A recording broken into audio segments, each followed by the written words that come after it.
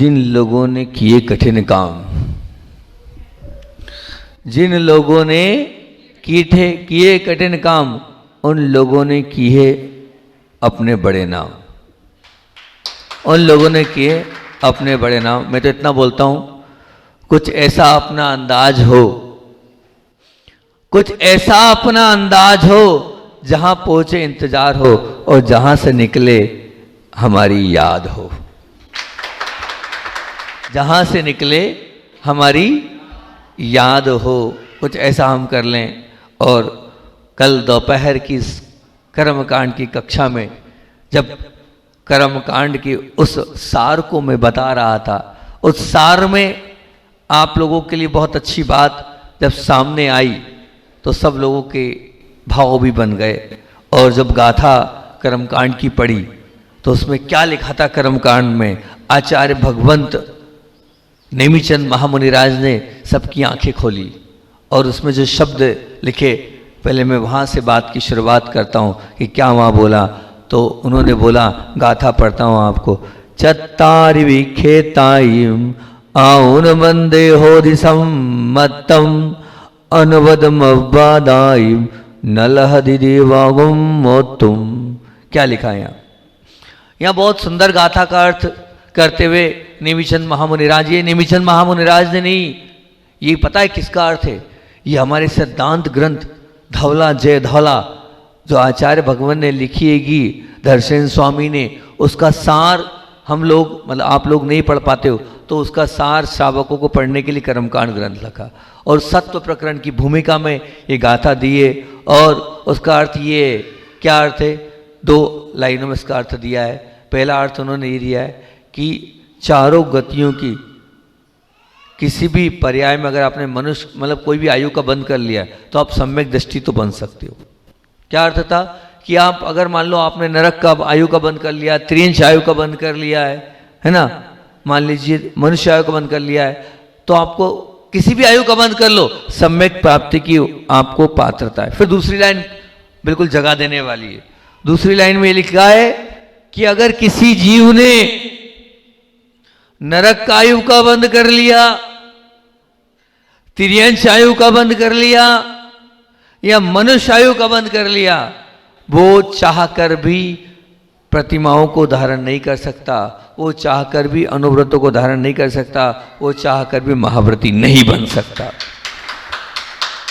आप मानना, विचार करना, आचार्य भगवान कितनी बड़ी बात बोल रहे हैं कि पंचम गुण स्थान उसी का हो सकता है जिसने इन 3 निर्कष्ट आयु का बंद नहीं किया हुआ। अगर नरक आयु का बंद नहीं किया हो, त्रियंश आयु का बंद नहीं किया हो और मनुष्य आयु का बंद नहीं किया हो, और अगर क्या हो तो कहा। और अगली गाथा में तो उन्होंने ये कहा कि अगर आपने अनुव्रतों को धारण कर लिया तो आपकी देववायु फिक्स, आपको दुनिया की कोई ताकत हिला नहीं सकती आपको। अगर आपने अनुव्रतों को पंचम गुणस्थान को धारण कर लिया तो निश्चित मान के चलना आप आज नहीं तो कल मुक्ति को प्राप्त करोगे और अभी आपको देववायु में ही जाना होगा। और कल मैंने कहा था कि हमारी अभी अनुकूलता है, हमारी अगर अच्छों से आंखों से देखते बन रहा है, हाथ पैर से चलते फिरते बैठते बन रहा है, सब कुछ करते बन रहा है, यही उम्र करने की, व्रतों को पालन करने की। वृद्ध अवस्था में व्रतों का पालन नहीं होता है, ध्यान रखना। वृद्ध अवस्था में तो हम व्रत लेते हैं और ले ही लेते हैं, पलते नहीं हैं। आखिर क्या कारण था पूज्य गुरुदेव ने अपने इतने बड़े जीवन काल में कभी भी उन्होंने शादीशुदा लोगों को और वृद्ध लोगों को दीक्षा नहीं दी? क्यों? मुझे भी इस बात की बहुत तकलीफ थी, पीड़ा थी कि देखो आचार्य विराग सागर जी महाराज जी का कितना बड़ा संघ है और आचार्य श्री जी सिर्फ उन लोगों को दीक्षा देते हैं। तो ये मेरी शंका पथरई पंचकल्याणक के समय ये बिल्कुल एकदम क्लियर हो गई। पथरई में जब मैंने एक दृश्य देखा, उस दृश्य को देखने के बाद लगा नहीं, हमारे गुरुदेव बहुत आगे की सोच रखते हैं और वो बिल्कुल सही कर रहे हैं। उन्होंने क्यों नहीं दीक्षा दी?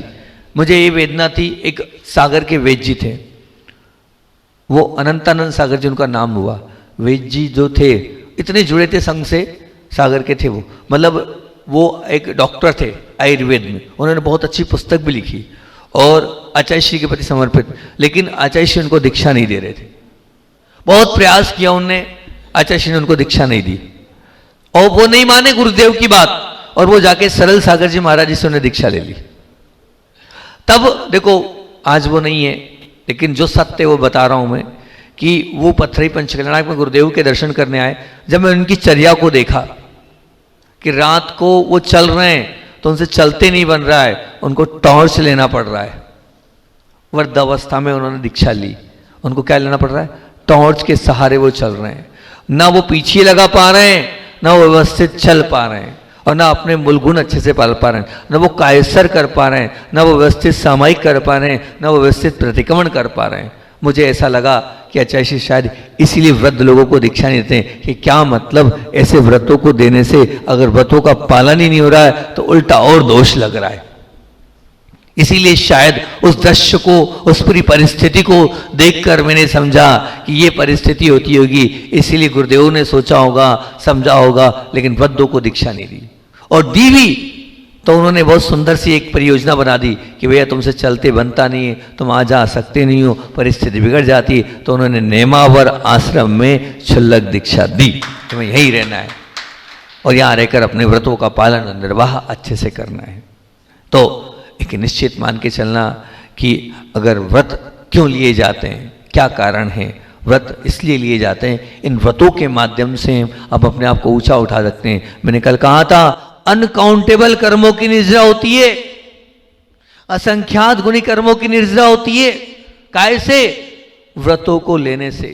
वही पूजन आप कर रहे हो और वही व्रती पूजन कर रहा है। तो आचार्य श्री का उदाहरण कल दिया था कि क्या कि एक चुल्लू मिलेगा, इतना सा पुण्य मिलेगा, और जो प्रतिमा धारण करता है उसको सागर के समान अपार पुण्य मिलता है। तब तो वो एक भाव या अगले भाव में जाकर सीधे मोक्ष चला जाता है। क्या कारण है? वो अपार कर्मों की निर्जरा का कारण होता है प्रतिमाओं का धारण करना, व्रतों को धारण करना। व्रत की महिमा ही अपरंपरा है। और जब पिछली बार पिपरई में मैं जब कर्मकांड के स्वाध्याय को कर रहा था तो बड़ी एक ऐसी चीज आई, उसको देखकर ऐसा लगा क्या लिखा है ये, समझ में नहीं आ रहा है। आचार्य भगवान ने कितनी बड़ी बात यहां लिख दी, इतनी बड़ी बात लिख दी कि पंचम गुण स्थानवर्ती जीव को इन लोगों ने, जिन लोगों ने भी भाव बनाए 15 दिन की प्रतिमा के लिए, मान के चलना ये कर्मों की निर्जरा तो करेंगे, ये जीवन का इनका गोल्डन समय तो रहेगा, ये जीवन में बहुत कुछ प्राप्त तो कर लेंगे निश्चित। लेकिन उसमें जो बात लिखी वो इतनी सुंदर बात लिखी, जिनका पंचम गुण स्थान हो जाता है, ध्यान से सुन लो, उनके जीवन में दुर्भग नाम कर्म का उदय नहीं आएगा, अनादि नाम कर्म का उदय नहीं आएगा, अयश कीर्ति नाम कर्म का उदय नहीं आएगा। मतलब पंचम गुण स्थानवर्ती जीव को दुर्भग समझ लेना। दुर्भग नाम कर्म, दुर्भग क्या कहला? अनादि। क्या अनादि? मतलब वो सब लोग उसको चाहेंगे, उसके शरीर की कांति बढ़ती चली जाएगी, आपको मेकअप करने की आवश्यकता नहीं रहेगी, आपके चेहरे का तेज अपने आप आ। दुर्भग यानी सब लोग आपसे प्रीति करेंगे, वंस मोर करेंगे, आपके पास बैठना चाहेंगे, आपसे बोलना चाहेंगे। जो मैंने बात बोली ना कि कुछ ऐसा अंदाज हो जहां पहुंचे वहां इंतजार हो और जहां से निकले वहां याद हो। वो तभी होगा जब सुभग नाम कर्म का उदय होगा, दुर्भग से नहीं होगा। ध्यान रखना, दुर्भग में तो क्या होगा, आप आए बोले जल्दी से उठे यहां से जाए, नहीं तो अपन उठ के चल दो, ये वाली स्थिति बनेगी। काय में? दुर्भग नाम में। और सुभग में तो क्या है, भीड़ लग जाएगी, बिना बुलाए लोग आएंगे, बिना क्या होगा, बिना बुलाए क्या आएंगे, अपने आप लोग इकट्ठे हो जाएंगे, बिना बुलाए आपके पास जैसे मधुमक्खी शक्कर के पास जाती ऐसी मिठास आपके पास आ जाएगी। तो आप चाहते तो बहुत अच्छी बात है कि और यश कीर्ति का उदय होगा चारों ओर। आप सब चाहते हो मेरा नाम हो, मेरी प्रसिद्धि हो, मुझे लोग लाइक करें, मुझे लोग पसंद करें। तो पंचम गुण स्थान जैसे ही होता है उसका यश कीर्ति का उदय प्रारंभ हो जाता है। उसको यश कीर्ति समाप्त, अनादि समाप्त, दुर्भग समाप्त। किसके? पंचम गुण स्थान वर्ती जीव को के। हाँ। और सब लोग एक ही बात चाहते हैं, सबकी एक ही धारणा है। क्या धारणा है? क्या धारणा है सबकी? सबकी एक ही मानसिकता है, सबकी एक ही धारणा है कि हमारे दुखों की समाप्ति हो और हमें क्या मिले, बोलो ना। या छोटे बच्चे से भी पूछोगे तो वो सुख चाहता है, और एक वृद्ध से पूछोगे वो भी सुख चाहता है, नहीं चाहते बोलो? हर व्यक्ति सुख की दौड़ में लगा हुआ है और हर व्यक्ति सुखी होना चाहता है। पर मैं ये पूछ रहा हूं आप लोगों से, मेरा प्रश्न है, बड़ी वेदना होती है मुझे कि हर व्यक्ति को सुख चाहिए, लेकिन जो सुख का रास्ता हमारे आचार्यों ने बताया है हम उस पर तो सोच ही नहीं रहे, उस पर तो विचार ही नहीं कर रहे, उस पर तो हमारा ध्यान ही नहीं है। हमारा ध्यान जाना चाहिए ना कि आखिर सुख मिलता किससे है। कभी आपने सोचा कि सुख की प्राप्ति किससे होती है? सुख आखिर कहां से आएगा? जब आप ग्रंथों को पढ़ोगे तो ग्रंथों में आता है कि सुख प्राप्ति के 6 उपाय में बार बार बोलता हूं, मेरे प्रवचन का फेवरेट विषय ये। अगर सुख चाहिए तो उसमें ये आया है, क्या आया है? साता वेदनी के 6 कारण बताए आचार्य भगवान ने। उसमें लिखा है भूत व्यक्त अनुकंपादान सराग संयमादि योग शांति सोचमिति सद्वेद्यस्य। क्या लिखा है यहां लिखा है कि प्राणी मात्र पर दया रखो, सुख की प्राप्ति होगी। लिखा है व्रतियों को दान दो, सुख की प्राप्ति होगी। व्रती मिलते हैं, छोड़ो मत। फिर तीसरे नंबर पे क्या लिखा है? महाव्रतों का पालन करो। मतलब ध्यान रखना 24 घंटे सुख की दुकान खोल रखी है हमने, 24 घंटे सुख की दुकान खोल रखी है, महाव्रतों का पालन करो। अगर मैं अपने महाव्रतों को कैसे पाल रहा हूं? मूलाचार के अनुरूप, उत्कर्षचर्या के अनुरूप, जैसा कहा वैसा पाल रहा हूं तो। और फिर क्या चौथे नंबर पर दिया है? प्रतिमाओं का पालन करो, संयम को धारण करो। आप 15 दिन तक सुख की प्राप्ति करोगे, 15 दिन तक शुद्ध साता कर्म का बंद करोगे। पूरी बीमारियां, पूरे रोग, पूरी पीड़ा, पूरे कष्ट, पूरी दुविधाएं, पूरे संकट, पूरी समस्याएं सब समाप्त हो जाएगी तुम्हारी। इतना पुण्य इकट्ठा होगा। क्यों? क्योंकि आप अच्छे से अगर व्रतों का पालन करोगे तो निश्चित रूप से आपकी सबकी सब समस्याएं समाप्त हो जाएगी। और फिर 2 कारण और हैं, शांति और सोच। शांति का मतलब ये होता है कि क्रोध के परिणाम सामने खड़े हैं, उसके बाद भी सामने वाले पर हम गुस्सा कर सकते हैं, करना चाहिए क्योंकि उसने गलती करी है, और फिर भी हम बोल रहे हैं कोई बात नहीं, हमने तुम्हें क्षमा किया। तब जब ऐसा आपको मौका मिले और जब आप क्षमा स्वयं करो और क्षमा मांग लो, मानना तुमने शुद्ध साता का बंद किया है। और 6वें नंबर पर शांति, सोच। सोच का मतलब अंदर की लोभ प्रवृत्ति समाप्त होती चली जाए, अंदर से हमारे अंदर की विषय और भावनाएं समाप्त हो जाए, अंदर ये चाहिए वो चाहिए समाप्त हो जाए, तो मानना आप साता कर्म के बंद की ओर चले जा रहे हो। तो ये बहुत प्रमुख कारण हैं जो कि निश्चित रूप से आपके जीवन को बहुत अच्छा बना सकते हैं। और ये तो निश्चित है कि अभी तक द्वार खुला नहीं था, और ये तो गुरुदेव की कृपा है और गुरुदेव की अनुकंपा है कि उन्होंने भगवती आराधना में से उन लाइनों को निकाला और वो आश्चर्यचकित हो गए। मैंने पिछली बार भी कहा था कि आचार्य श्री जी बहुत मुस्कुरा रहे थे, आचार्य श्री जी प्रसन्न थे, आचार्य श्री जी गदगद थे। मैंने पूछा उनसे, गुरुदेव क्यों इतने प्रसन्न हो आप? वैसे तो मुस्कुराते हो, लेकिन आज आपकी मुस्कुराहट में कुछ ना कुछ राज है। तब उन्होंने कहा था इस राज को कल दोपहर में बताऊंगा, अभी नहीं बताऊंगा। मैंने कहा फिर भी? बोले बस बड़ा आनंद आता है जब माँ जिनवाणी में आंदोलन करते हैं और जब उसमें से जब मोती निकलते हैं और जब उन सबको समझते हैं तो ऐसा लगता है कि क्या है ये। बोले इतने साल का मेरा सब कुछ चला, एक ही बार में मेरा पूरी जो धारणा थी वो पूरी निकल गई। ये 2 लाइनें ऐसी आज भगवती आराधना मिली कि वो लाइनों ने मुझे सचमुच में बहुत अलग से चिंतन करने का एक मौका दे दिया।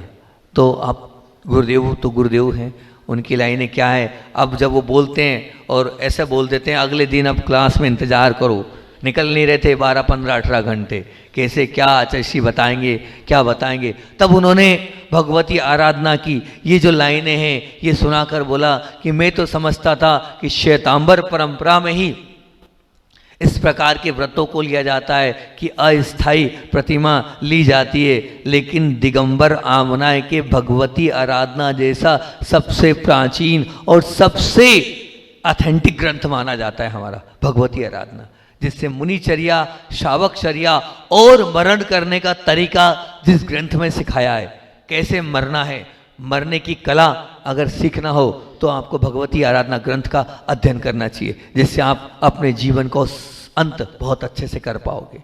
उस ग्रंथ की ये लाइनें मैं आपके बीच में रख रहा हूँ जो मैंने कोट करके रखी है कि उसमें ये लिखा है, क्या लिखा है, देशाम द्विविध प्रत्याख्यानम अल्पकाल्यम जीविताधिकम चेति।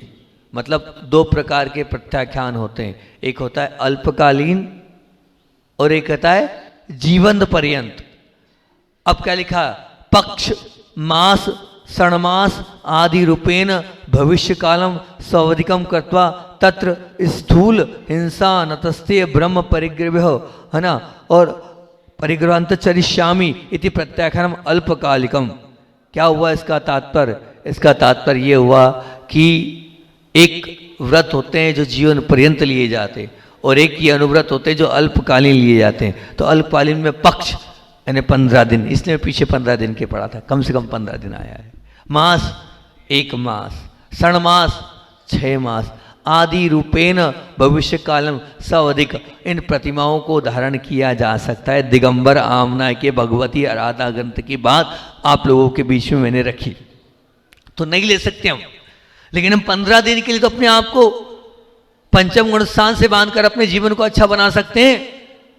हम महीने भर के लिए तो बांध सकते हैं कि हम 15 दिन 20 दिन महीना भर के लिए हम व्रतों से बनते हैं और व्रतों को पालन करके पंचम गुण स्थान का स्वाद चक्रें, जिस व्रतों के माध्यम से अपने जीवन को हम ऊंचाइयों तक ले जा सकते हैं, जिन व्रतों को पालन करके हम निश्चित रूप से असंख्यात गुणी कर्मों की निर्जरा कर सकते हैं। अब निश्चित है हम चाहेंगे तभी उन व्रतों को पालन कर पाएंगे, और अगर हमारी मानसिकता नहीं बनेगी तो हम कैसे व्रतों को पालन करेंगे? नहीं, आप सुनना, आप सब समाधि करना चाहते हो, सबकी भावना है समाधि मरण करने की, लेकिन समाधि किसकी होती है? वृत्ति की समाधि होती है, अवृत्ति की समाधि नहीं होती है। क्यों तुम लोग अस्पताल में मरना चाहते हो? तुम लोग क्यों आज रोज परिणाम के साथ मरना चाहते हो? मत बनो, तैयारी तो करो। कब करोगे? आखिर जब शरीर शिथिल पड़ जाएगा, जब कुछ नहीं होगा, तब करोगे क्या है?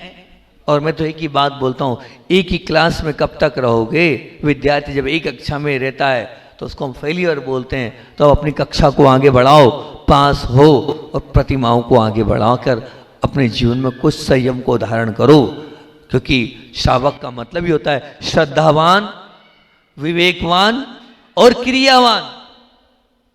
श्रद्धावान भी चाहिए, विवेकवान भी चाहिए और क्रियावान भी चाहिए, वो श्रावक कहलाता है। तो अब ये आप श्रद्धावान हो तो गुरु के ऊपर श्रद्धा करो और 15 दिन के लिए ये जीवन गुरु के चरणों में समर्पित कर दो कि नहीं महाराज आप आए हो 15 दिन के लिए, आज से लेकर 23 तारीख तक 15 दिन हो जाएंगे। 15 दिन तक के लिए ये जीवन समर्पित किया आपके लिए, खूब जिया हमने और खूब आगे जिएंगे, लेकिन 15 दिन आपके हिसाब से जी लेते हैं और आपके लिए जी लेते हैं और आपके चरणों में समर्पित हो जाते हैं। आप अपने जीवन को इन 15 दिनों में अच्छा बनाने का प्रयास करो। आप मानना 4 लोग तो नियम लेके चले गए कि हाँ महाराज 15 दिन आपके, जिंदगी भर थी हमारी और आगे भी जिंदगी हमारी रहेगी, लेकिन 15 दिन आपके हिसाब से चलेंगे। वो 4 लोग समर्पित होकर चले गए और ऐसे ही 4 नहीं, मैं सबको यही चाहता हूँ सब लोग मेरी बात मान ले। आप मानना 270-80 लोगों ने वहाँ पर मेरी बात मानी थी आरोन में, सब ने एक ही बात करी, आनंद आ गया महाराज, जीवन का असली आनंद आ गया। 125 लोग पिछली बार बामोरा में तैयार हुए थे और बासा में तो पूरा गांव ही तैयार था जिसने प्रतिमाओं का पालन किया। उसी में से 47 लोगों ने, एक आश्चर्य था, आचार्य श्री विश्वास नहीं कर रहे, जब मैंने भेजा था बासा में 47 लोगों ने आजीवन प्रतिमाओं को लिया है। ये तो मैं सिर्फ मात्र आपके जीवन के से 15 दिन दे रहा हूं। इतना बड़ा 70-60 साल का जीवन है, उसमें से 15 दिन आपसे भीख में मांग रहा हूं मैं कि 15 दिन मुझे दे दो आप। 15 दिन आप कम से कम अच्छे बन जाओ। आप 15 दिन के लिए अपने जीवन को अच्छा बना लो आप, और कर सकते हो आप।